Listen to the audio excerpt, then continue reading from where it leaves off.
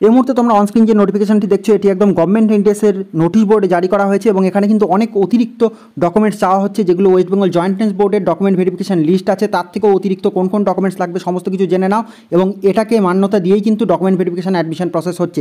Big breaking যে তোমাদের document ভেরিফিকেশনের জন্য অতিরিক্ত কিছু ডকুমেন্টস লাগবে, সমস্ত তথ্য জানতে ভিডিওটি সম্পূর্ণ দেখো। Hello and welcome everyone, welcome to আজকের ক্লাস। তো জিএনএম এন্ট্রান্স 2020 ডকুমেন্ট ভেরিফিকেশনের প্রসেস কিন্তু ইতিমধ্যে একাধিক পরিবর্তন দেখা গিয়েছে। এখানে কিন্তু সরকারি এনটিএসগুলোর তরফ থেকে সরাসরি তাদের নোটিশ বোর্ডে নোটিশ দিয়ে জানিয়ে দেওয়া হচ্ছে যে অতিরিক্ত কোন কোন ডকুমেন্টস তোমাদেরকে প্রডিউস করতে হবে। আমরা সমস্ত কিছু দেখে নেব। এখানে দেখো কাউন্সিলিং নোটিফিকেশনে West Bengal joint entrance board যেসব ডকুমেন্টসের কথা বলেছিল তার থেকে অতিরিক্ত অনেক ডকুমেন্টস কিন্তু তোমাদেরকে নিয়ে যেতে হবে, সমস্তটা গুছিয়ে নিয়ে যাবে। এবং তোমাদের এখানে দেখিয়ে দিচ্ছি ওয়েস্ট বেঙ্গল জয়েন্ট এন্ট্রান্স বোর্ডের যে কাউন্সিলিং নোটিফিকেশনে ডকুমেন্ট ভেরিফিকেশনের পার্টটিতে বলা হয়েছিল যে allotment is given based on the inputs provided by the candidate. Document verification is the responsibility of the allotted institute. অর্থাৎ ডকুমেন্ট ভেরিফিকেশনের যে প্রসেস সেটা কিন্তু জয়েন্ট এন্ট্রান্স বোর্ডের দায়িত্বে নয়, এটা কিন্তু পুরোটাই হচ্ছে এনটিএস কেন্দ্রিক, এই ইনস্টিটিউটের দায়িত্ব। এবং ইনস্টিটিউট কিন্তু নার্সিং ব্রাঞ্চের যে নোটিফিকেশান তার বেসিসেই কিন্তু টোটালি ডকুমেন্ট ভেরিফিকেশান করিয়ে অ্যাডমিশনের প্রসেস করাচ্ছে। ফলে এখানে West Bengal joint entrance board যেগুলো উল্লেখ করেছিল যে তোমাদের সমস্ত ভ্যালিড ডকুমেন্ট দিতে হবে, অরিজিনাল এবং সেলফ অ্যাটাস্টেড কপি দিতে হবে, এগুলো অবভিয়াসলি লাগবে। এবং তার সঙ্গে অতিরিক্ত কী কী লাগছে সমস্তটা আমি তোমাদেরকে একদম নোটিশ বোর্ডে জারি হওয়া যে নোটিশ তার থেকে দেখিয়ে দেবো। এখানে দেখো ক্যান্ডিডেটদের প্রত্যেক ক্যান্ডিডেটের ক্ষেত্রে প্রভিশনাল সিট অ্যালটমেন্ট লেটার লাগবে, কালার কপি প্রিন্ট আউট করাবে 2 কপি করে, ঠিক আছে। ক্যান্ডিডেটদের র্যাঙ্ক কার্ড লাগবে, যেটা তোমাদের র্যাঙ্ক কার্ড প্রকাশিত হয়েছিল সেটাও কালার কপি প্রিন্ট আউট করাবে।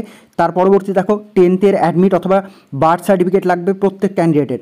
তারপরে দেখো 4th বলা হচ্ছে যে 12th মার্কশিট অর্থাৎ ক্লাস 12 মার্কশিট তোমাদেরকে প্রডিউস করতে হবে।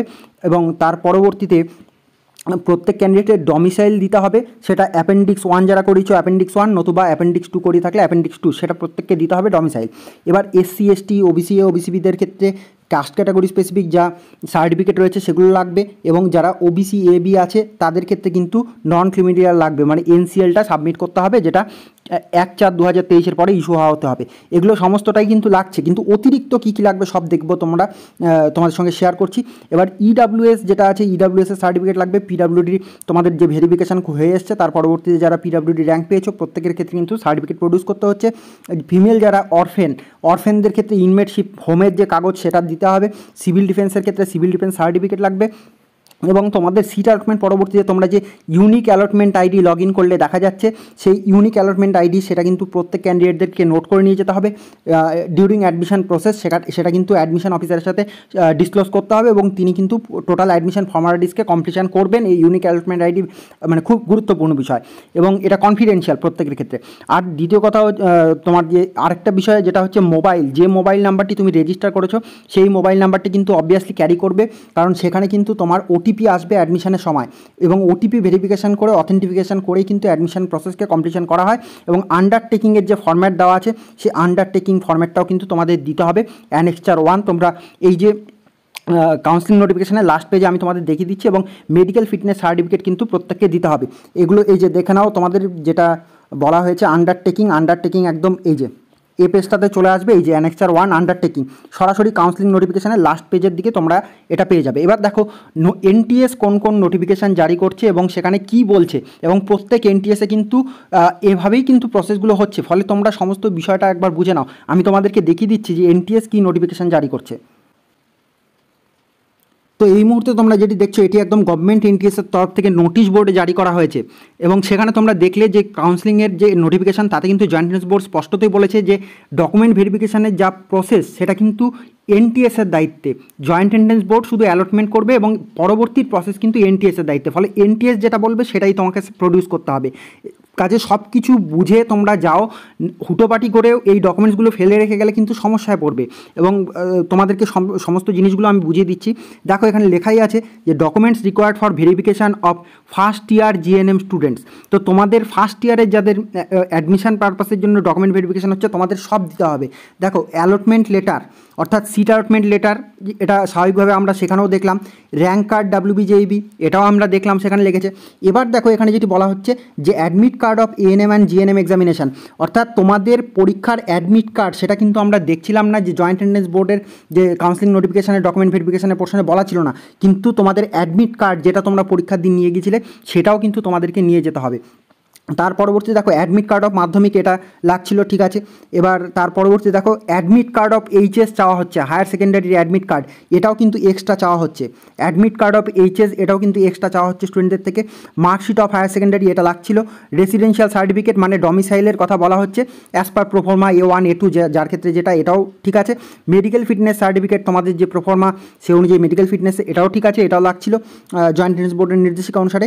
কাস্ট সার্টিফিকেট ইফ এনি, অর্থাৎ SC ST OBC ওবিসিদের ক্ষেত্রে কাস্ট ক্যাটাগরি স্পেসিফিক সে অনুযায়ী তোমাদের সার্টিফিকেট প্রডিউস করতে হবে। PWD EWS civil defence orphan যার ক্ষেত্রে যে সার্টিফিকেট সেটা কিন্তু লাগবে। এবং এখানে কিন্তু ফাইল নিতে হবে তোমার একটি, স্পষ্টত বলা হচ্ছে একটা ফাইল লাগবে, সেই ফাইলের মধ্যে পরপর সিকোয়েন্সিয়ালি তোমাদেরকে এই জিনিসগুলোকে সাজিয়ে দিতে হবে।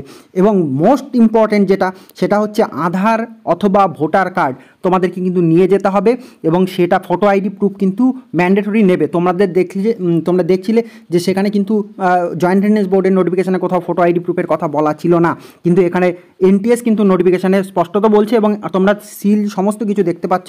এবং প্রত্যেকটার কিন্তু জেরক্স কপি 1 কপি করে কিন্তু তোমাদেরকে সাবমিট করতে হবে, ঠিক আছে। এবং সেলফ অ্যাটাস্টেড কপির ব্যাপারে তোমরা দেখলে যে নোটিফিকেশানে বলা ছিল।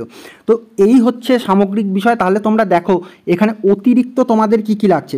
অতিরিক্ত তোমাদের admit card of ANM GNM examination যেটা আছে সেটা লাগলো। তার পরবর্তী দেখো এখানে তোমাদের অ্যাডমিট কার্ড অফ HS এটাও চাওয়া হচ্ছে, এটাও এক্সট্রা, যেটা জয়েন্ট এন্ট্রান্স বোর্ডের নোটিফিকেশানে দেখলাম না, তাহলে দুটো।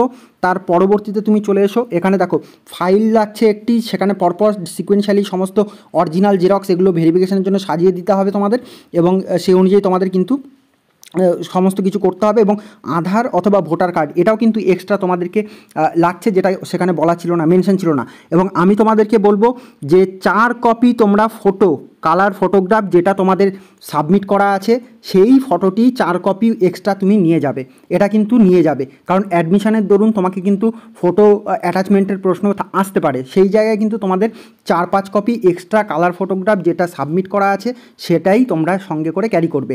তো তাহলে মোটের ওপর দেখতে পাচ্ছ 4 থেকে 5টি কিন্তু অতিরিক্ত জিনিস যেগুলো NTS স্পেসিফিক, সমস্ত NTSে চাইছে, কারণ এটা নার্সিং ব্রাঞ্চের নির্দেশিকাকে মেনে এই কাজ ডকুমেন্ট ভেরিফিকেশনের প্রসেস করা হয়, ঠিক আছে। তো এই ভিডিওটি এই পর্যন্ত। বন্ধুবান্ধবের সঙ্গে প্রচুর পরিমাণে শেয়ার করো। সকলে ভালো থেকো, সুস্থ থেকো।